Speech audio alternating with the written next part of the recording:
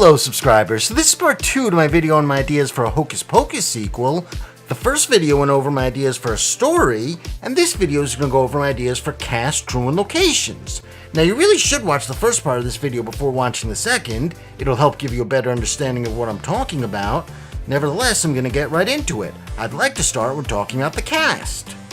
For the role of Esther, I would cast an actress named Olivia Dabo. I know her best for some projects she made as a teenager in the 1980s, such as the 1984 movie Conan the Destroyer, in which she starred alongside Arnold Schwarzenegger. I also saw her in the 1980s TV series The Wonder Years, in which she played the role of Karen Arnold, Kevin's older sister. When you look at her today, she's still in great shape. But what's interesting is in addition to live action, she's also become quite a talented voice actress for animations and video games.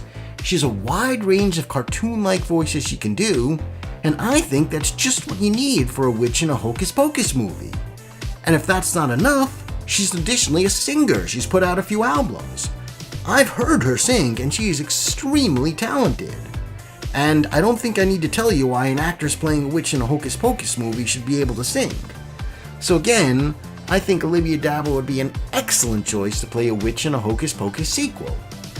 And do I have any actresses in mind to play Esther's friend witches? I'd like to see an actress named Fairuza Balk involved.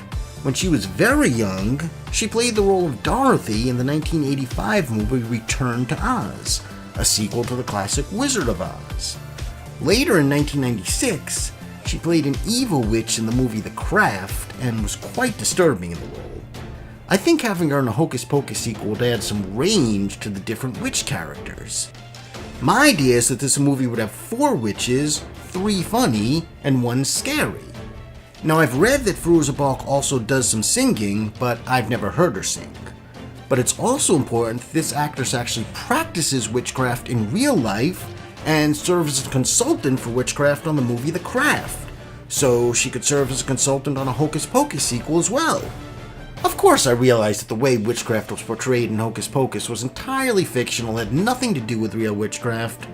So while I think the portrayal in a sequel should be mostly fictional as well, I still think it'd be nice if there were a few reflections of real witchcraft here and there. So I think getting Fairuza Balk involved as an actress would serve multiple good purposes for the film. Anyway, speaking of consultants, do I have any ideas for who I'd like to see serve as a consultant for the stage magic of the film? And the answer is yes! Magic historian Richard Cohn. He serves as a consultant on the 2010 movie The Sorcerer's Apprentice, and he was the historian interviewed for the TV show Mind Freak with Chris Angel. I should acknowledge that I'm biased because he did an interview for my YouTube channel in a video called Interview with a Magic Historian. I was extremely happy with the way that video came out. I'd strongly recommend you watch it if you haven't already. His knowledge about magic is unbelievable, and he's an incredibly nice guy. As far as the effects, I'd really hope this movie chooses to go with more old-school practical effects and less CGI. My 2 favorite practical effects artists ever are Stan Winston, who sadly has now passed away, and also Tom Savini, who's now pretty much retired from doing effects on movies. Now, in just a moment I'll get to why their names are relevant here, but first I'd like to just quickly list a few highlights of what they've done. Stan Winston worked on Aliens, Terminator, and Jurassic Park, amongst others. Tom Savini worked on Dawn of the Dead, Friday the 13th, Creepshow, Day of the Dead, and many more.